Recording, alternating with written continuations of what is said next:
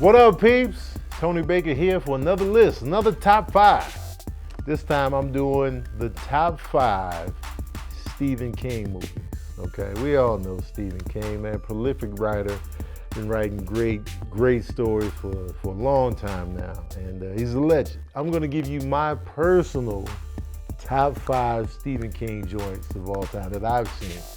Okay, I know a lot of y'all gonna disagree. All right, here we go. Number 5, The Mist. Now, The Mist was really good. It didn't do well at the box office, but that shouldn't let you think that it's not a good movie. It was well done, creepy. You didn't know what was in the mist. You cared about the survivors. It was just very creepy, very scary. And like, if you were in that situation, what would you do? And so that movie really did it for me. I was like, man, this is really good. Oh, the ending too. Oh man, one of the coldest endings in the game. The Mist was crazy, man. It was just out of left field. I remember they did a remake of The Fog that didn't work, and it was just like, but The Mist worked. I was like, really? Because you got involved in the characters. That's the key. I keep telling y'all this, man. You got to make the characters likable and watchable so you care about what happens to them. And then boom, I think they did a good job with that. You know, Stephen King did a good job out the gate with writing the story. So there we go. That's my number 5 pick, The Mist. Number 4, The Shining. Now I know, they were butting heads, Stanley Kubrick and Stephen King. Stephen King hated Stanley Kubrick's version of The Shining. To me, this movie destroyed me as a kid. Like, I remember it was on TV and my mom and them were watching it. And I'm just kind of, not really. Remember when you were a kid, stuff was just on and you would just come into it, just like looking at it casually, and then next thing you know, you're all in? That's what happened. I started watching it, now I'm all in. It traumatized me 2 times. The first time, I was with my older brothers, hanging out with friends, and the movie was on. I was watching it. He was trying to kill his family with an axe. I was scared of Jack Nicholson. I was like, yo, I don't ever want to see this dude again. He scared me. I couldn't get the image of him being frozen to death out of my mind. And I was just like, I can't do this. It came on again. I don't know why I was hovering around. It's something about my curiosity would just keep me there longer than I need to be. Now I'm seeing more of the movie than I saw the first time. Now I'm seeing the creepy twins at the hallway, the bloody elevator door. Now I'm seeing the black dude with the shining as well getting killed. Now I'm just seeing all of the creepy pictures, the music. Now I can't sleep for the whole night. I couldn't sleep for 24 hours. I was just like, I can't do this. Movie tore my soul in half. That's why it's my number 4 pick, because it did what it was supposed to do. Terrified the hell out of me. I never recovered. Jack Nicholson still scares me to this day.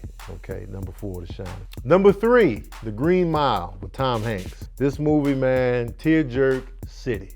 My eyes were just on the cardio machine tough when I watched The Green Mile, man. Mad tears, man, sweaty eyeballs. Something flew in my eye the whole time. Michael Clark Duncan is the prisoner that can heal people of their ailments, but he's on death row. It was just, what do? We gotta kill him because that's the law. But he's saving lives out there, but we gotta kill him. Tough, man. You got Tom Hanks in this joint. I only saw it one time at the movie theater. I loved it. It was a heavy watch. My soul was heavy, but it was so good, so well done. The story, the characters, the setup, man, I was all in, and I was like, man, Stephen King, man. So much versatility in his writing. It didn't even feel like a Stephen King thing. And Stephen King's writings are very gritty, very rough around the edges. There's a lot of racially driven stuff in there, so, man, Green Mile, man, number 3. Number 2, Stand By Me. Stand By Me is a Stephen King short story that made a great film that I used to watch over and over again as a kid, man. Like, I really enjoyed. It's about 4 friends set back in like the 50s, I want to say, and they go to see a dead body, and they go on this little adventure to see a dead body that they heard this kid that got killed, hit by a train, and never saw him again. There's no body. They went to see the body. It's about their relationship on their little journey, the stuff they go through on the way. It was very edgy. It was like rated R. It was kids cussing. Like, they really took it there. And this is the 80s, man.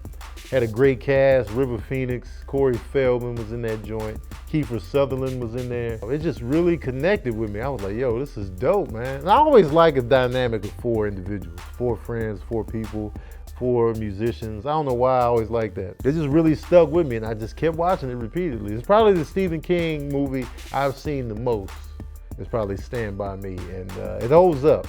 I still like it. If it's on, I'm gonna stop and watch it. It's one of the dopest films that he's put out in terms of, you know, works to film. And so Stand By Me is my number 2. Number 1, though, Shawshank Redemption. Shawshank Redemption is one of the better movies in film, period.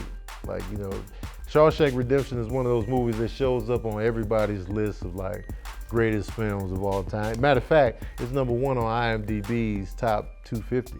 It's a very, very good movie. I haven't met a person yet that says, you know, Shawshank Redemption is overrated. I haven't heard that yet. I haven't come across. And I feel like if they said it, they just want to stand out at that point. It's just an extremely well done movie, character driven. The narration was dope. Everything was just perfect about this movie. It didn't do well at the box office. Critics loved it, but people just didn't pull up to the movie theater to see it. And that's just to let you know, man. Just because you're not popular, just because a lot of people aren't watching what you're doing, or whatever, that doesn't mean your stuff isn't good. Keep that in mind, man. You still got quality stuff out here.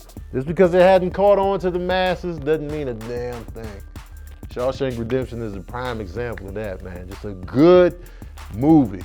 That's what you want to create at the end of the day, man. Don't fall into the pressures of money and popularity. Is your product good? And then the people will find it. If it's good, the people will come to it eventually. Hopefully sooner than later, but hey, never know. But Shawshank Redemption is that perfect film, man. Tim Robbins, Morgan Freeman, man. It's a great time. Prison, possible assault, you know, everything was in there. Escape, you know what I'm saying? Redemption, tragedy, you know what I'm saying? Is he gonna turn his life around? Is he just gonna go back to prison? Is he gonna hang himself because he don't know what to do with his life because he's so institutionalized? Shawshank Redemption, man. I even use Shawshank Redemption in my everyday life. Like when I wanna get revenge on something and do something better and I just wanna, you know, release that, I call it Shawshank Redemption. There we go, man. That's my top 5 Stephen King movies of all time, in my opinion. Shout out, you know what I'm saying? Honorable mention goes to Misery, Pet Sematary, Carrie, you know what I'm saying? Honorable mention right there. Let me know your top 5. What did I forget? What do you disagree with me on? I know Shawshank Redemption is gonna show up in everybody's top 5. I know that. I can feel it in my soul. I feel like everybody's top 5 in my comment section is gonna include Shawshank Redemption and probably Stand By Me. The other 3, y'all will probably mix and match and all that stuff, but I guarantee you that, all right? Anyway, don't forget to like, share, subscribe, and as usual, we out here.